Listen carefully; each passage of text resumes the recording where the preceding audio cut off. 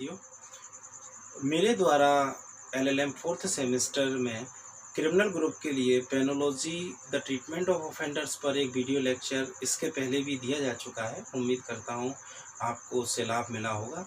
अब मेरे द्वारा उसी से रिलेटेड यानी कि penology treatment of offenders LLM fourth semester के लिए एक और वीडियो लेक्चर तैयार किया गया है जो आपके सामने है।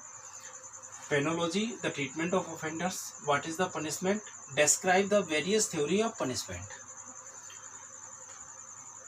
इस लेक्चर के पहले यानी कि प्रथम लेक्चर में मेरे द्वारा आपको समझाया गया था what is the punishment. Punishment का कंसेप्ट मैंने कंप्लीट कर दिया था, तो मुझे नहीं लगता है कि पनिशमेंट समझाना ज़रूरी है। फिर भी एक लाइन में आपको बता देता हूँ। पनिशमेंट से तात्पर्य समाज को व्यवस्थित और सुव्यवस्थित रूप से चलाने के लिए कुछ नियमों का संग्रह बनाया गया है। उन नियमों को लागू करने के लिए एक ऐसी व्यवस्था जिसके द्वारा समाज सुव्यवस्थित रूप से चल सके, दंड कहते हैं, पनिशमेंट कहते हैं। जिसके कारण लोग, डर के कारण लोग ऐसे कोई कार्य न करें कि उनके खिलाफ कोई कानूनी कार्रवाई हो। आज हम बात करेंगे describe the various theory of punishment. Punishment के संबंध में वेरियस थ्योरीज यानी कुछ सिद्धांत प्रतिपादित किए गए हैं। वे कौन कौन से सिद्धांत हैं जो दंड के विषय में प्रतिपादित किए गए हैं और उनके क्या मायने हैं, हम वन बाई वन करके यहाँ समझेंगे। Number 1, theory of deterrent. Theory of deterrent यानी कि प्रतिरोधात्मक सिद्धांत, दंड का प्रतिरोधात्मक सिद्धांत। दंड के प्रतिरोधात्मक सिद्धांत या थ्योरी ऑफ डिटरेंट का तात्पर्य है कि जब कोई व्यक्ति अपराध करता है तो उसको अपराध से रोकने के लिए थ्योरी ऑफ डिटरेंट में एक ऐसी व्यवस्था की गई है कि उसे इतना कठोर दंड दिया जाए कि पुनः या दोबारा वो व्यक्ति अपराध करने की सोचे भी ना। और उस व्यक्ति की तो बात क्या है, उस दंड को देखकर कोई अन्य व्यक्ति भी अपराध करने की न सोचे। कहने का तात्पर्य जैसे कि अगर कोई व्यक्ति चोरी करता है तो चोरी हाथों से करता है, उसके दोनों हाथ कटवा दिए जाए। अगर कोई व्यक्ति सेक्सुअल क्राइम करता है तो उसके सेक्सुअल अंग छिन्न भिन्न करा दिए जाए। इस तरह अगर कोई भी व्यक्ति कोई भी अपराध करता है, वो अपराध अगर वो अपने शरीर के किसी अंग से करता है, उस अंग को उसके शरीर से अलग कर दिया जाए। इतनी कठिन, इतनी खतरनाक व्यवस्था इस दंड में की गई थी। इसी को हम थ्योरी ऑफ डिटरेंट यानी प्रतिरोधात्मक सिद्धांत कहते हैं। सेकंड, थ्योरी ऑफ रेट्रिब्यूटिव यानी कि दंड का प्रतिशोधात्मक सिद्धांत। दंड के प्रतिशोधात्मक सिद्धांत से तात्पर्य एक ऐसे सिद्धांत से है जिसकी नींव राजा हम्मुराबी ने रखी थी।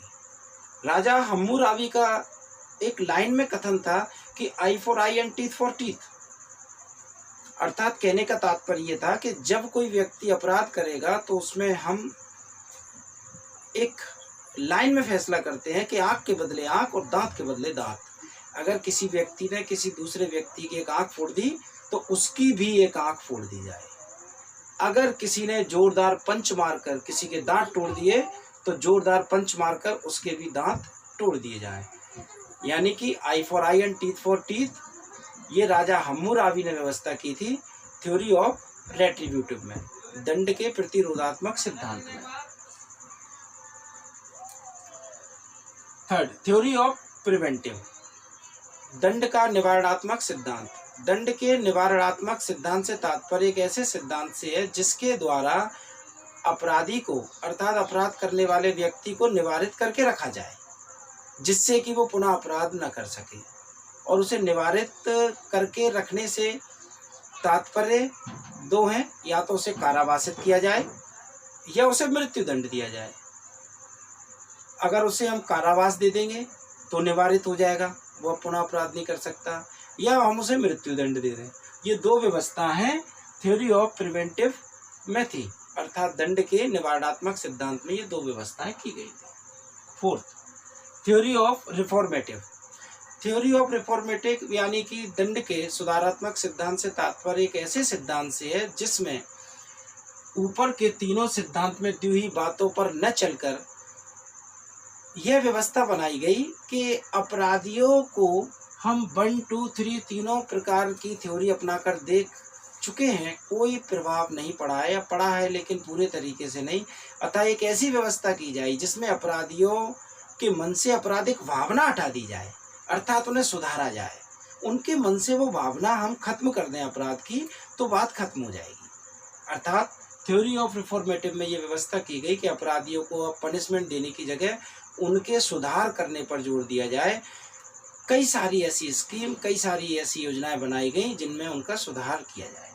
वर्तमान समय में भारत देश में इस चौथी व्यवस्था को ही अपनाया जा रहा है, थ्योरी ऑफ रिफॉर्मेटिव। कोशिश की जा रही है कि अपराधियों का सुधार किया जाए, न कि उनका खात्मा किया जाए। जिस तरह एक डॉक्टर पेशेंट को नहीं मारता है, उसके अंदर छिपी हुई बीमारी को मारता है, ठीक उसी तरीके से हम व्यवस्था करना चाहते हैं कि हमारे द्वारा दिया जाने वाला पनिशमेंट अपराधी को न मारकर उसके अंदर छिपी हुई आपराधिक भावना को मार दे।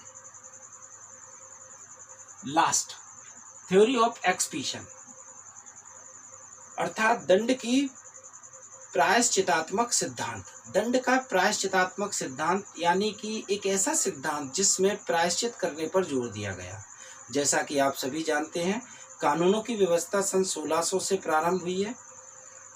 उसके पहले हमारे यहाँ कोई कानून की व्यवस्था नहीं थी।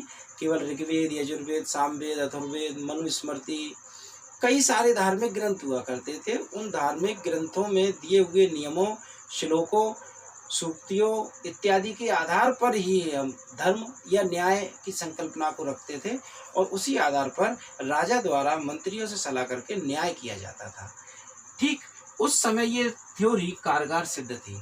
अर्थात जब कोई व्यक्ति कोई अपराध करता था या कोई भी ऐसा कार्य करता था जो कि उस समय नियमों के खिलाफ है, समाज के विरुद्ध है, तो उस समय एक ही विकल्प हुआ करता था। अगर वो व्यक्ति ये कह देता कि साहब मेरे द्वारा जो अपराध किया गया मुझे बेहद दुख है, मुझे इस बात का एहसास नहीं था कि मैं जो कर रहा हूँ वो इतना खतरनाक है और मेरे द्वारा किए हुए कार्यों के परिणाम से मैं परिचित नहीं था, अतः मेरा श्रीमान जी से निवेदन है मेरे द्वारा ऐसा कोई कार्य आने वाले भविष्य में नहीं किया जाएगा। मुझे बहुत दुख है, मैं शर्मिंदा हूँ, मेरे अंदर आत्मग्लानि है, अतः मुझे माफ़ कर दिया जाए, अब मैं ऐसा कार्य नहीं करूँगा। इसे कहते हैं प्रायश्चित करना, थ्योरी ऑफ एक्सपीशन। इस तरह ये 5 प्रकार की थ्योरी ऑफ पनिशमेंट में आया करती थी, लेकिन अब इस थ्योरी को यहाँ से हटा दिया है। आज वर्तमान समय में केवल ये 4 प्रकार की थ्योरी ही पनिशमेंट ऑफ थ्योरी में काउंट होती हैं, जबकि ये 5वीं theory of expiation in theory of various theory से बाहर कर दी गई है। उम्मीद करता हूँ मेरा आज का lecture what is the punishment and describe the various theory of punishment आपको पूरी तरीके से समझ में आया होगा। विद्यार्थियों, मेरे द्वारा आगे भी वीडियो लेक्चर आपको मिलते रहेंगे और Mahatma Gandhi college of law की वेबसाइट पर अपलोड होते रहेंगे। धन्यवाद।